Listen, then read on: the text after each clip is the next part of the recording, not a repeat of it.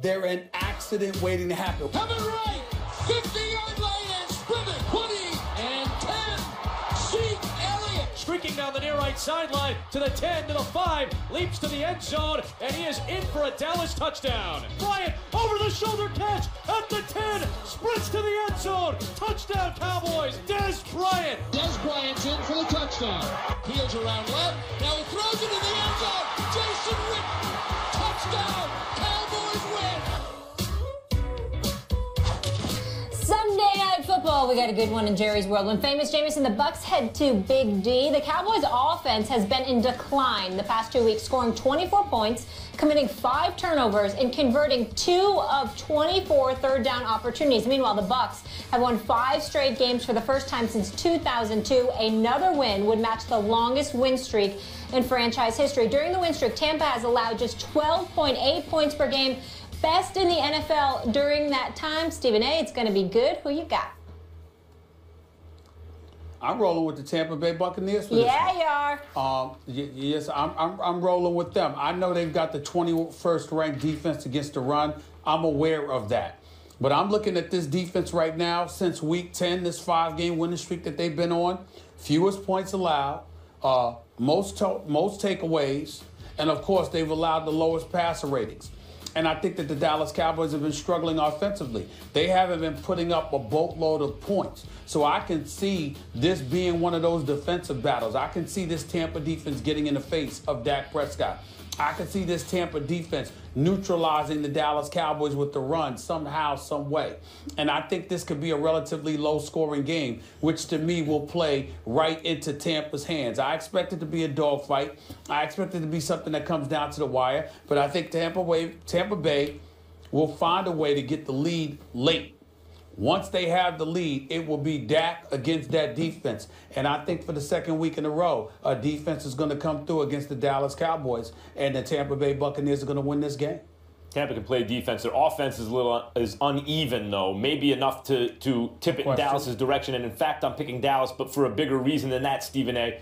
I used to talk about the Lakers front office when I was doing Max and Marcellus, the radio show in Los Angeles, and the Lakers played on our station, and we talked a lot of Lakers, as you can imagine, in L.A., And I used to think that maybe the Lakers had Mr. Magoo'd their way into a bright future.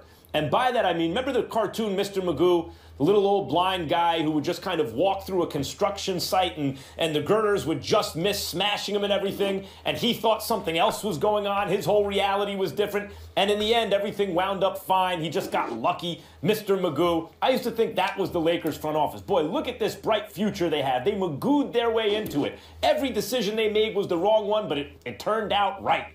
And the whole time, they didn't even realize what was happening. And I think that may be going on with Jerry Jones and the Dallas Cowboys. I think he may have Magoo'd his way into motivating the team to rally around Dak Prescott. Dak Prescott, no matter what you want to say about the allegiances on the team to Tony Romo and the veterans and a split locker room and divided and blah, blah, blah, and controversy, the owner wants Romo to be the quarterback, all that stuff, whatever. They're 11-2. Against non-Giants teams, they're 11-0. And they've been balling all season. This is a little blip on the radar against what now looks like an elite defense, the New York defense.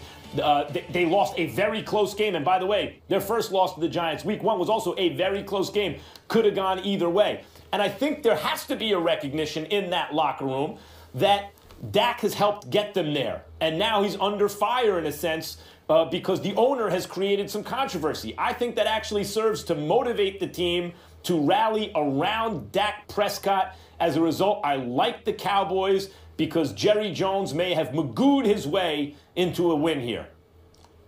Well, basically, you're thinking that your prediction is right and I'm wrong because of Mr. Magoo. Good luck with that. We'll find out. Magoo always came out good in the end. Oh, you two are the best. I'm not sure that Tony, if it was left up to the owner, I'm not sure if Tony wouldn't be the starter now. Just based on the comments that I've heard here in the last couple of weeks. And I don't understand the comments. I don't understand why you would talk. If Tony ends up getting in the game at some point and playing, great. But to dismiss what a young rookie quarterback has done, You know what would be a great story? What would be a great story is if a rookie quarterback takes his team to a Super Bowl championship. That'd be a great story. The bottom line is winning games. I'm really dumbfounded by the comments, and not only the first time, but why they continue. That was former Cowboys Hall of Famer Troy Aikman questioning Jerry Jones for continually talking about the quarterback situation in Dallas. Jerry clarified his comments from earlier in the week, saying he unequivocally supports Dak Prescott. Donovan McNabb is with us on a Friday. Who is better than us? Donovan, is the rumor true that we have you every Friday? Well, yeah, I will be here every Friday, so I look forward to joining the crew. I love what I've seen so far. Just try to add a little bit more firepower and sexiness to the whole deal here. Before the weekend. Well, that for sure. Donovan's bringing sexy back. Stephen A., on a serious note, though, I want to start with you. How bad of a look is this for Jerry? Well, I think it's a very bad look, and it's something that I've stated continuously. The fact of the matter is Jerry Jones has no business talking about Tony Romo in this fashion. I mean, if you parse Jerry Jones' words, he's essentially said, yes, Dak is the future. We believe in him. We support him. However, for the purposes of this season, if I could get away with it, I would rather Tony Romo be in there than Dak Prescott. And that's basically what he's saying. Well, here's the reality. There's only two ways that Tony Romo can get in the game based on what we're seeing from Dak Prescott. If Dak Prescott suddenly forgot how to play football and was god-awful, or he got hurt. So essentially, if you're Jerry Jones and you keep clamoring for Tony Romo, which is clearly what he's doing, what you're saying is you're wishing for one of those two things. And I'm not going to assume that the man is wishing for Dak Prescott to be hurt. I certainly wouldn't be that irresponsible. Nor am I assuming that he wants the Cowboys to lose, because I understand that too. But I'm just saying to you that as big of a priority as it is for this team to win, it seems to be equally important to him that Tony Romo is the guy captaining the ship and leading the Dallas Cowboys to the promised land in what probably will be his last year in Dallas. That seems to be near the top or at the top of Jerry Jones' wish list, and he appears to have absolutely positively no regard for the rookie quarterback that is Dak Prescott. This is a bad look for Jerry Jones. Look, our business, criticism of any kind, like the Fourth Estate, the idea of an independent critical press, is based on the idea that a cat can look at a king. No matter how low, I can comment about anybody.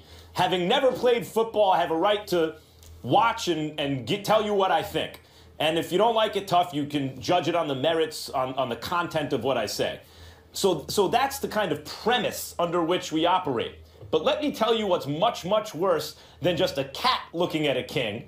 In this case, someone in the press criticizing Jerry Jones, a much bigger problem for him, is an unimpeachable critic looking at the king, looking at the guy with all the power. That is his worst nightmare. Who in modern Dallas Cowboys history has more credibility than Troy Aikman? Maybe Emmitt Smith, but he won the quarterback. I think the answer is no one. This may be the most credible, mouthpiece in modern Cowboys history, taking aim at the owner and saying something that is clearly true. Right. That's got to be Jerry Jones's worst nightmare. It's worse than just another critic. The fact that Troy Aikman is saying this, and it's just clearly the case, is really bad for Jerry Jones. Not as bad as the fact that he said what he said in the first place, and his intentions are clear that he wishes it was Tony Romo. But this highlights it, I think, in a way that nothing else could have.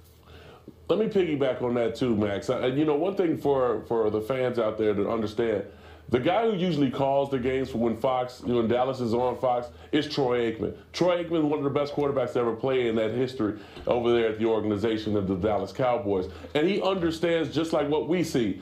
Dak Prescott is your future. Why try to find a way to bring Tony Romo into the fold? Because what it does is it messes up the chemistry that they've already implanted for the last 10, 12 weeks. Also, now you have to work in a way of kicking the rust off for Tony Romo. And will he stay healthy? Dak Prescott is a guy who's proven each week that not only can he carry the load, but he's shown leadership qualities. He's shown he can make the big play when needed. And when you are down in the 2 minutes to go in the game, you feel confident that he's going to lead you back for a win.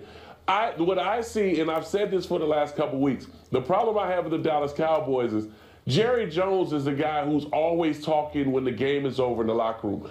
Where is Jason Garrett? Jason Garrett could have ended this 8-9 weeks ago by saying, Dak Prescott is our quarterback, and we're going to go as far as Dak can take us. Not worrying about the backup quarterback, not trying to explain to us how good Tony is looking in practice. But the problem with it all is if you have your former quarterback in Troy Aikman continue to express why he's trying to figure out why Jerry Jones has this infatuation with Tony Romo to be in there to lead the ship to possibly a championship. This is a great story. But I think Jerry's looking at it financially, saying if Dak Prescott leads us to the Super Bowl, in the next 2 years, not only will I have to pay Ezekiel Elliott if he stays healthy, I'm going to have to pay Dak Prescott, who was a 4th-round draft pick, first-round money. So I'm looking at it in the sense that this is a great story from a fan standpoint about the Dallas Cowboys. But from Jerry Jones' standpoint, he's looking at it financially, how he's going to take a hit. Well, I'm looking at it, and I'm taking it a step further than that, Donovan. Regardless of the business aspect of it all, we all know that Jerry Jones purchased this franchise for about $140 million, and now it's worth over $2 billion. We get that reality with Jerry Jones. So even though you got a hard salary cap, somehow, somewhere, if you got an elite quarterback, especially if he's young, you're going to figure out a way to make sure he gets paid, even if it's at the expense of other people, obviously. What resonates with me about Jerry Jones isn't that, Donovan. What it is the fact that you have not had a Super Bowl since 1995. You have been a walking piece of mediocrity as a franchise for the vast majority of the last 21 years. And even after forcing your fan base to suffer the way that they have suffered, looking as trash as you have looked on too many occasions throughout the last 21 years, now here you come.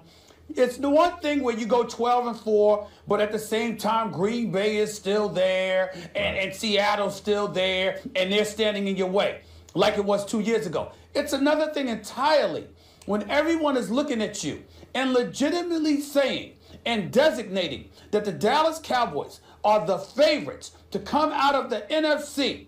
You know this, and in the throes of all of this, you talk about Tony Romo with the back surgeries and the collarbones and all of this other stuff, and he can't even play.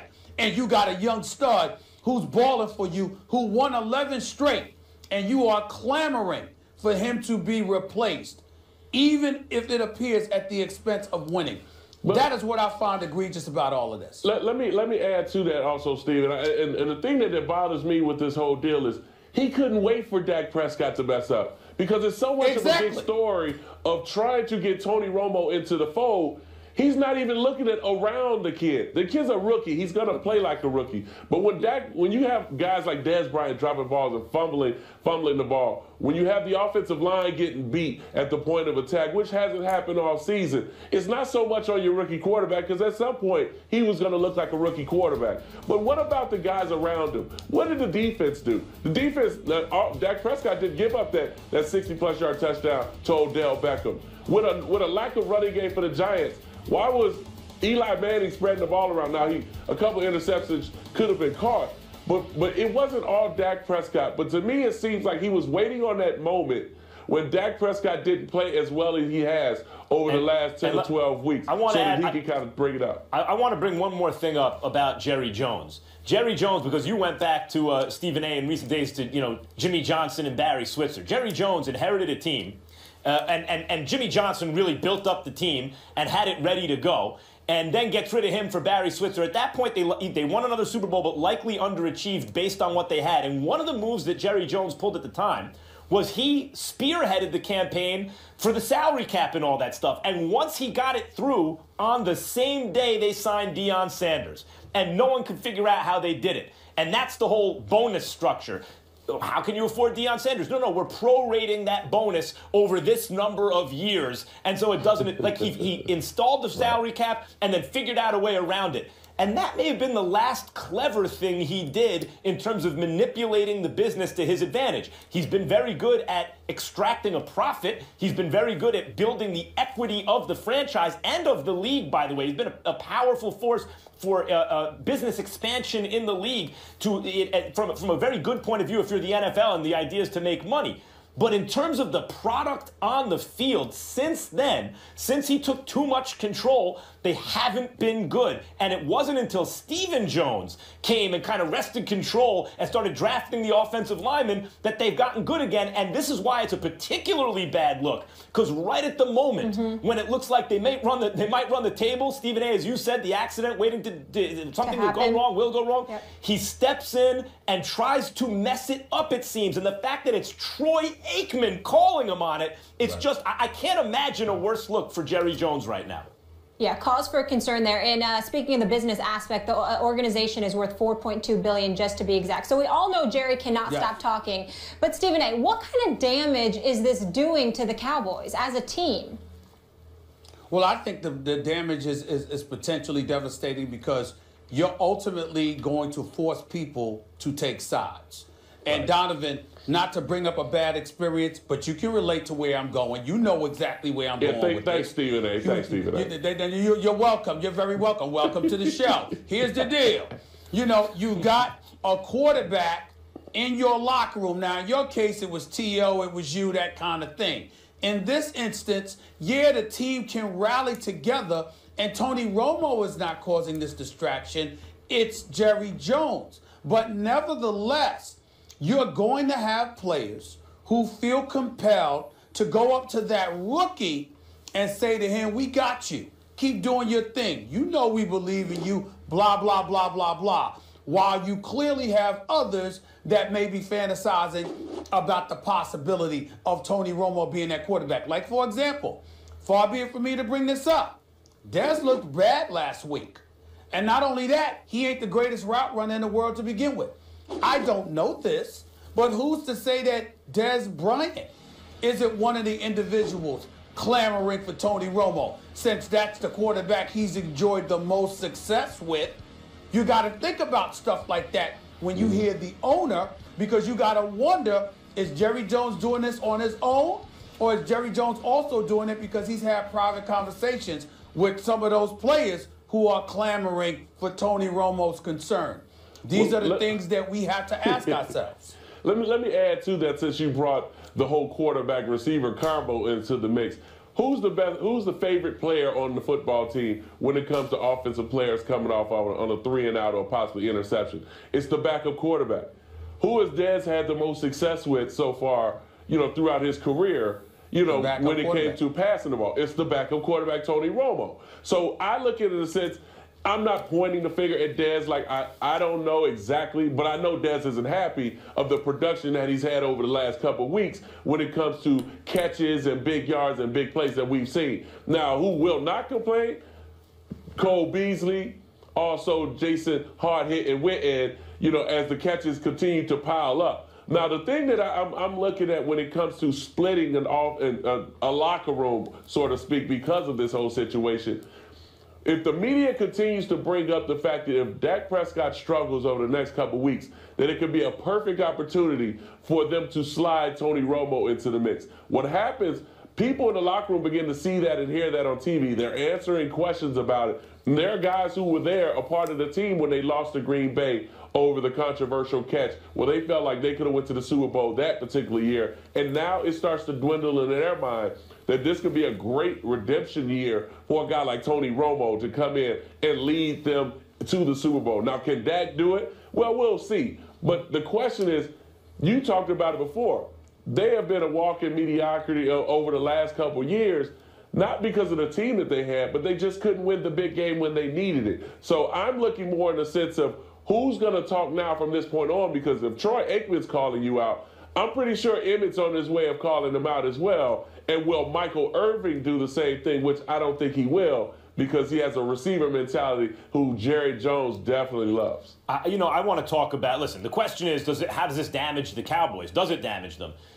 I think the answer is actually no, Donovan and Stephen A., because of Dak Prescott. Dak Prescott from the first preseason game, and a lot of times this is BS. You see a guy and you go, I like the cut of his jib. You know, I like the way he carries himself. He looks like a leader to me. He has the intangibles. But damn if that wasn't true about Dak Prescott, right? From the first preseason game, you go, I hate to say it, but the Cowboys maybe they got something here. You know, how did all these teams miss this guy? He had it as soon as you saw him the first time. And that's played out to such an extent that people are kind of dubious or skeptical about his QBR even, because he is so much of a kind of intangibles guy, it seems to me, the way Tom Brady was early in his career, Russell Wilson, even Roethlisberger early on, that they're the kind of guys where you're like, don't look at the numbers too much. The numbers won't tell you the whole story.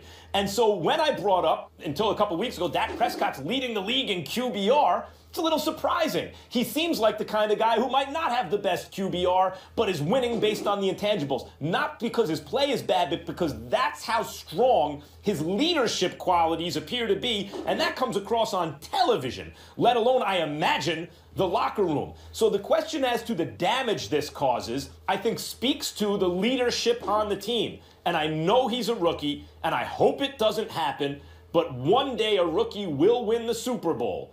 And boy, it looks like Dak Prescott is a good candidate to be the first. Well, his leadership of qualities, Stephen A., tell me that they will be able to handle this better than a team without a guy like that under center. Here's why you're wrong. Because you're thinking about Dak, not the 52 other players in the locker room. The 52 other players in the locker room who will go, and they will be divided in terms of who will take sides, who would prefer Dak, who will prefer Romo. That's the problem. It's not Dak.